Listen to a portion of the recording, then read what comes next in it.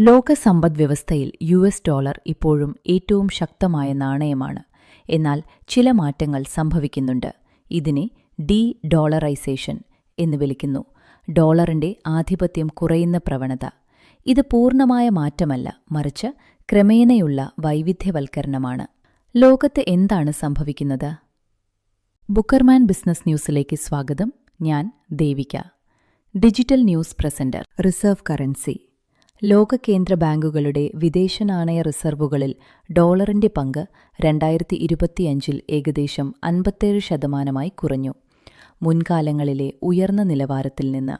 ഇത് 1990കളിലെ നിലവാരത്തിന് സമാനമാണ്. പകരം ഗോൾഡ് വാങ്ങൽ വർദ്ധിച്ചു. ചൈന, റഷ്യ, ഇന്ത്യ തുടങ്ങിയ രാജ്യങ്ങൾ ഗോൾഡ് റിസർവ് വർദ്ധിപ്പിക്കുന്നു. വ്യാപാരം. ബ്രിക്സ് രാജ്യങ്ങൾക്കിടയിൽ പ്രാദേശിക നാണയങ്ങളിലുള്ള വ്യാപാരം വർദ്ധിക്കുന്നു. റഷ്യ-ചൈന വ്യാപാരത്തിന്റെ 90-99% യുവാൻ റൂബിളാണ്. എണ്ണ വ്യാപാരത്തിലും ചില മാറ്റങ്ങൾ. ഉദാഹരണം യുവാൻ റൂബി. സ്വിഫ്റ്റിൽ ഡോളറിന്റെ പങ്ക് ഇപ്പോഴും 50% കൂടുതലാണ്, ചിലപ്പോൾ വർദ്ധിക്കുകയും ചെയ്തു. ഡോളർ ഇപ്പോഴും FX ട്രേഡുകളുടെ 89%-ലും ഉപയോഗിക്കുന്നു. സത്യം. പൂർണ്ണ ഡോളറൈസേഷൻ ഇല്ല. ഡോളർ ഇപ്പോഴും ആഗോള വ്യാപാരത്തിന്റെയും ധനകാര്യത്തിന്റെയും അടിത്തറയാണ്. എന്നാൽ മൾട്ടിപോളാർ ലോകത്തിന്റെ ഭാഗമായി ക്രമേണ മാറ്റങ്ങൾ വരുന്നു, പ്രത്യേകിച്ച് ബ്രിക്സ്, ഏഷ്യൻ രാജ്യങ്ങൾ എന്നിവയിൽ. സാങ്കേഷനുകളും ട്രംപിന്റെ ടാരിഫ് നയങ്ങളും ഈ പ്രവണതയെ ത്വരിതപ്പെടുത്തിയേക്കാം. ഇന്ത്യയുടെ സ്ഥിതി. ഇന്ത്യ പ്രാഗ്മാറ്റിക്കായ സമീപനമാണ് സ്വീകരിക്കുന്നത്. ഡോളറിനെ പൂർണ്ണമായി ഒഴിവാക്കാൻ ശ്രമിക്കുന്നില്ല, പക്ഷേ റൂബിയുടെ അന്താരാഷ്ട്ര ഉപയോഗം വർദ്ധിപ്പിക്കുന്നു. റഷ്യയുമായി എണ്ണ ഇറക്കുമതിയുടെ വലിയ ഭാഗം റൂബിൾ സെറ്റിൽമെന്റിൽ. 2022-2025 കാലയളവിൽ $13-15 ബില്യൺ എനർജി ഡീലുകൾ റൂബിയിൽ. UAE, ഇന്തോനേഷ്യ തുടങ്ങിയവരുമായി ലോക്കൽ കറൻസി ട്രേഡ് കരാറുകൾ. സ്പെഷ്യൽ വോസ്ട്രോ അക്കൗണ്ടുകൾ. 30-ലധികം രാജ്യങ്ങളിലെ ബാങ്കുകൾക്ക് റൂബി അക്കൗണ്ടുകൾ തുറക്കാൻ അനുമതി. റിസർവുകൾ. ഇന്ത്യയുടെ ഫോറക്സ് റിസർവുകളിൽ ഗോൾഡിന്റെ പങ്ക് 5.9%-ൽ നിന്ന് 13.1%-മായി വർദ്ധിച്ചു. US ട്രഷറികളിലെ നിക്ഷേപം കുറയ്ക്കുന്നു. ബ്രിക്സ് 2026. ഇന്ത്യ ആതിഥേയത്വം വഹിക്കുന്ന സമ്മിറ്റിൽ ഡിജിറ്റൽ റൂബി ഉൾപ്പെടെ ബ്രിക്സ് CBDCകൾ ലിങ്ക് ചെയ്യാനുള്ള നിർദ്ദേശം. എന്നാൽ ഔദ്യോഗികമായി ഡോളറൈസേഷൻ ലക്ഷ്യമല്ല, മറിച്ച് റൂബി ഇന്റർനാഷണലൈസേഷനാണ്. ഇന്ത്യയുടെ വ്യാപാരത്തിൽ റൂബിയുടെ പങ്ക് 2020-ൽ 1%-ൽ താഴെയായിരുന്നത് 2024-ഓടെ 5-6%-മായി.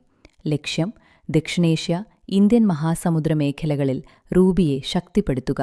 എന്നാൽ ഇന്ത്യ-US വ്യാപാര ബന്ധങ്ങൾക്ക് പ്രാധാന്യം നൽകുന്നതിനാൽ പൂർണ്ണമാറ്റമില്ല. റിസർവുകൾ. ഇന്ത്യയുടെ ഫോറക്സ് റിസർവുകളിൽ ഗോൾഡിന്റെ പങ്ക് 5.9%-ൽ നിന്ന് 13.1%-മായി വർദ്ധിച്ചു. US ട്രഷറികളിലെ നിക്ഷേപം കുറയ്ക്കുന്നു. ബ്രിക്സ് 2026. ഇന്ത്യ ആതിഥേയത്വം വഹിക്കുന്ന സമ്മിറ്റിൽ ഡിജിറ്റൽ റൂബി ഉൾപ്പെടെ ബ്രിക്സ് CBDCകൾ ലിങ്ക് ചെയ്യാനുള്ള നിർദ്ദേശം. എന്നാൽ ഔദ്യോഗികമായി ഡോളറൈസേഷൻ ലക്ഷ്യമല്ല, മറിച്ച് റൂബി ഇന്റർനാഷണലൈസേഷനാണ്. ഇന്ത്യയുടെ വ്യാപാരത്തിൽ റൂബിയുടെ പങ്ക് 2020-ൽ 1%-ൽ താഴെയായിരുന്നത് 2024-ഓടെ 5-6%-മായി.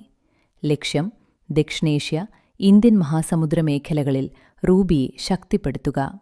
എന്നാൽ ഇന്ത്യ-US വ്യാപാര ബന്ധങ്ങൾക്ക് പ്രാധാന്യം നൽകുന്നതിനാൽ പൂർണ്ണമാറ്റം ഇല്ല. ഭാവി. ക്രമേണയുള്ള മാറ്റം. ഡോളർ ആധിപത്യം തുടരും, പക്ഷേ ഗോൾഡ്, യുവാൻ, റുപ്പി തുടങ്ങിയവയുടെ പങ്ക് വർദ്ധിക്കും. ഇന്ത്യയ്ക്ക് നേട്ടം. ഡോളർ വോളാറ്റിലിറ്റി കുറയ്ക്കുകയും വ്യാപാര ചെലവ് കുറയ്ക്കുകയും ചെയ്യാം.